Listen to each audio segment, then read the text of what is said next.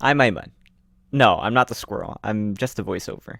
Today I'm going to take you through all the first year dorms at Harvard.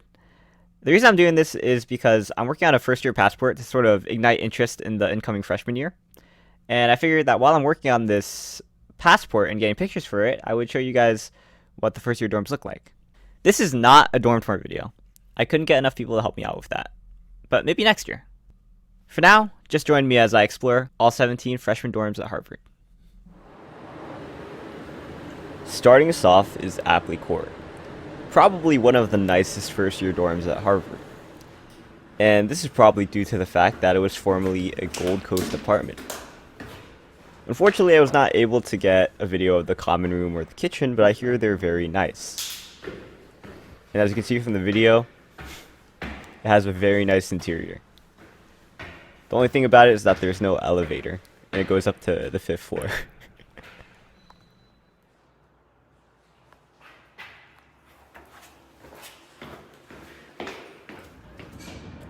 Next up, we have Canaday Hall. Canaday is the newest of the first year dorms, built in the 1970s. And it's actually 7 buildings in total. These 7 buildings don't connect to each other because apparently it was built in response to student protests, and they wanted to make it riot-proof. So Canaday has a pretty nice kitchen. I've baked a few brownies in here. And it also has a huge basement.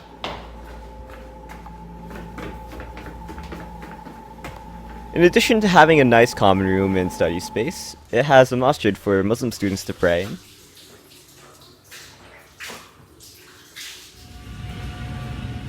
And also features a prayer space for Hindu students as well.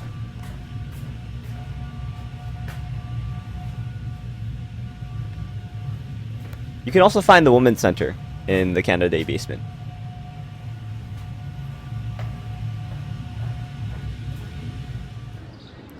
Next up, we have Grace Hall. Grace Hall is known as the Hilton of the first year dorms. And to be honest, it is pretty luxurious. The interior is quite nice, and it has a really nice view of Harvard Yard from the upper floors.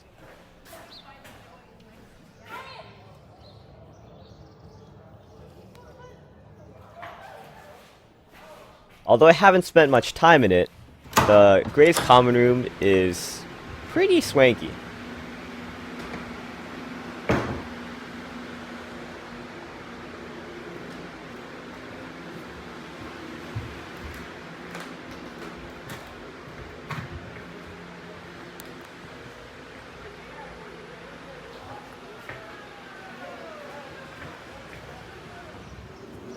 Next up, we have Greenough Hall.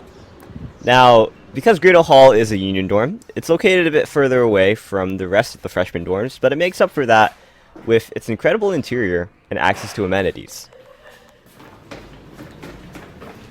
Greenough features an elevator, a computer room,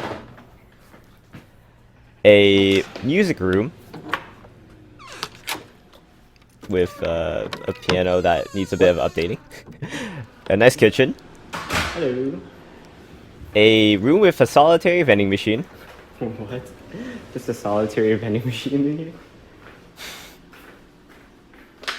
Yeah. Of course, a laundry room. Laundry. And a very spacious common room.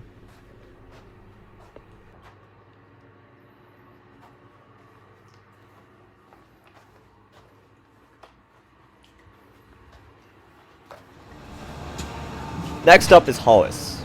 Hollis is pretty nice. Haven't spent much time in there, but it has a nice interior. Kind of reminds me of Gray's a bit. And it has a pretty good view of Harvard Yard.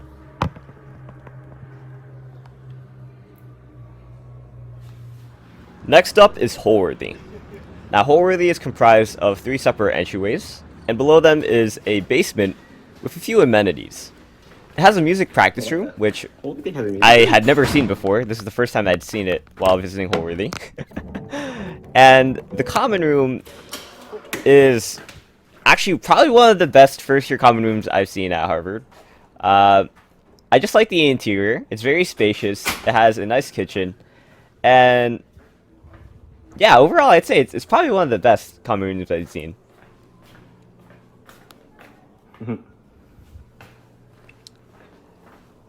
In the back of the common room is the Holworthy art room, and you have to apply for access to it.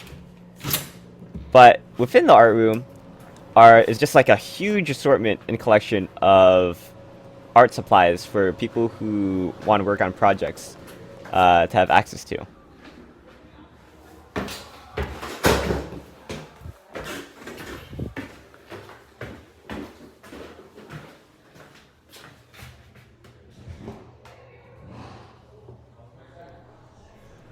Next up, we have Hurlbut. Yeah, that's its name. And based on its name alone, I'm going to say it's one of the best dorms at Harvard, period.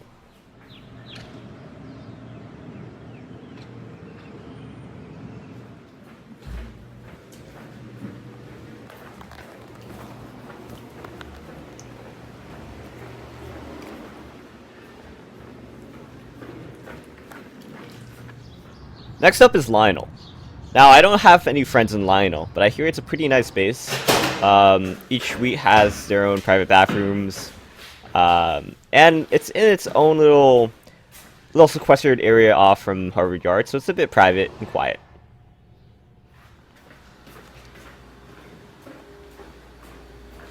Next up is Mass Hall. If you're a quiet student who doesn't throw a lot of parties, you'll probably be housed here. And for good reason, because Mass Hall is the oldest surviving building on campus, built since the 1700s, I think, and was used to house soldiers during the Revolutionary War. Wow, this is quite a bit of a stair climb. Let's speed that up.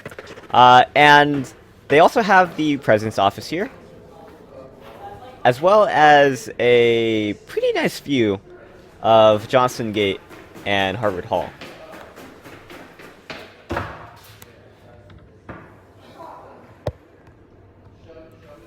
Next up, we have Matthews. Now, I'm a bit biased towards Matthews because it's the dorm that I lived in. But that being said, it's probably one of the best first-year dorms at Harvard. And it has just such a sense of style to it, and so many amenities. And you can clearly see my bias is showing. But it's actually the reason that I made this video, because when I was looking for videos of dorm tours, I want to get a more sense of all the dorms that were at Harvard. And I think the only dorm tour video I found was at Matthews, but even then I didn't get a sense of the space. So I wanted to do a video just to, explore the dorms a bit more and give a bit of a better sense of them. But as you can see, the basement has quite a lot of stuff. It has a vending machine, has foosball table, ping pong. No, not ping pong. Has a kitchen. It has a pretty nice just common area and study space of the Eaker reading room. Trash disposal. Laundry room.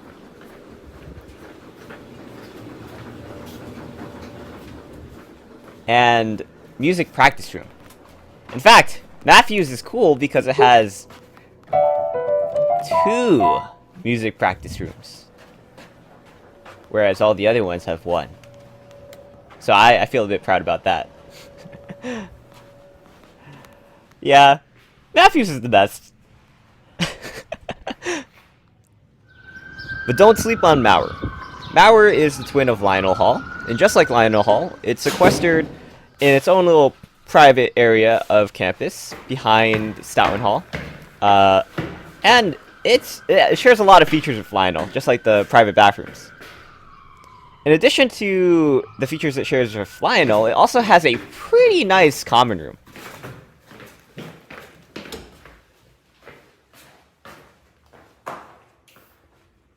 Oh, this is a nice meeting area.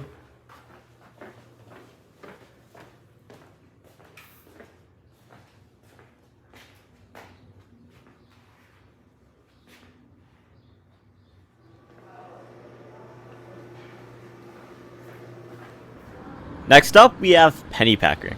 Now, Pennypacker, because this is a union dorm, is a bit further away from Harvard Yard. But with that distance comes a great sense of community, and also many chances to go on great walks with friends, as I have many times over the semester while taking my friend back to Pennypacker.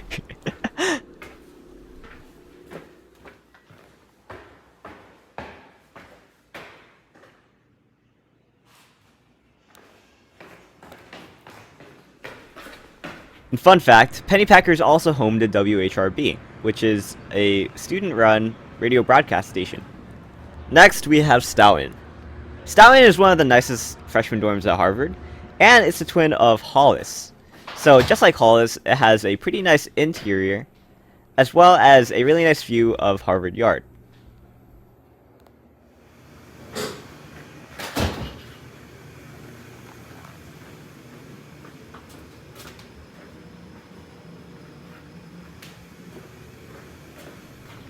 Next up, we have Straus. And Straus is located behind Matthews in its own sequestered corner of the yard. It's very quiet and peaceful there. And Straus is actually one of the nicest halls at Harvard. And its common room is no exception.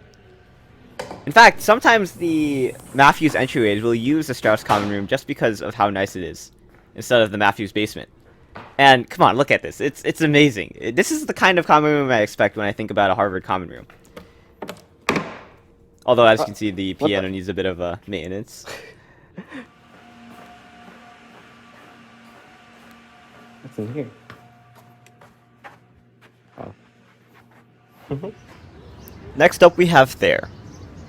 Thayer is probably one of the best freshman dorms at Harvard all around.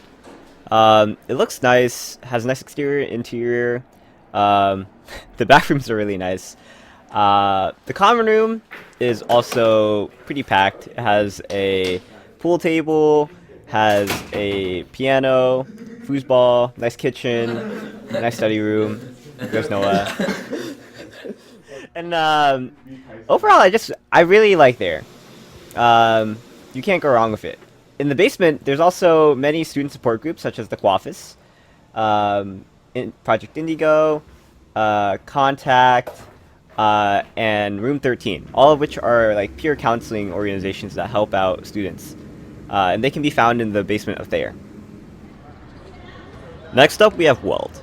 Weld is a pretty good first-year dorm. Has a really nice exterior, interior, has everything. Has an elevator, a laundry room, a nice common room, study space. Also has yard ops in the basement. Yard operations is where you can get replacement light bulbs, toilet paper, cans. And if you go up to the top of Weld, at the very top, you can find the solarium. Some people call this place the observatory. I think it's better known as the solarium. And you can see most of Harvard Yard and her Centenary Theater from the solarium. And it's just a really nice place to study.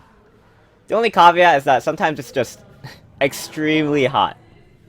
So, a pretty good place to spend your time in the winter, but definitely scorching during the summer.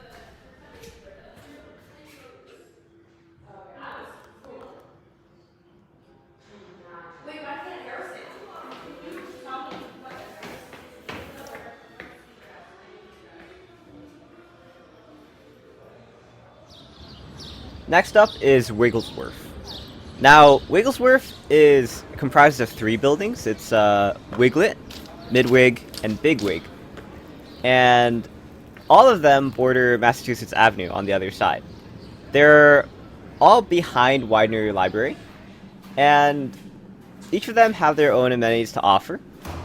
But if you go to the basement, then you'll be able to find a nice kitchen, a nice common room, a game room with air hockey and ping pong table, a nice study space, and I did not even know this until I went to Wigglesworth, because I had never been in the basement before, but apparently Wigglesworth has a music practice room in it too.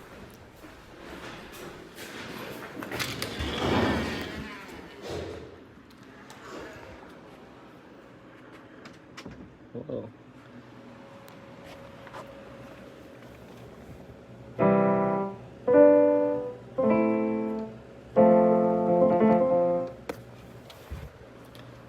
Just as an honorary mention, during the pandemic there was an overflow of students, so some freshman students during the pandemic years were housed in overflow housing, which was the Inn, the Prescotts, and I think DeWolfe, which are shown here. Our final destination is Annenberg. Annenberg is the first-year dining hall at Harvard, and it just looks incredible. All along the balconies, the names of all the first-year dorms are displayed on flags for a bit of that school spirit.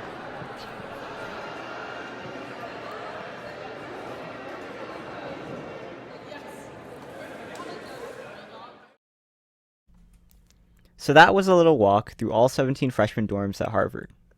We found some pretty incredible spaces, and I stumbled upon places I never even knew existed.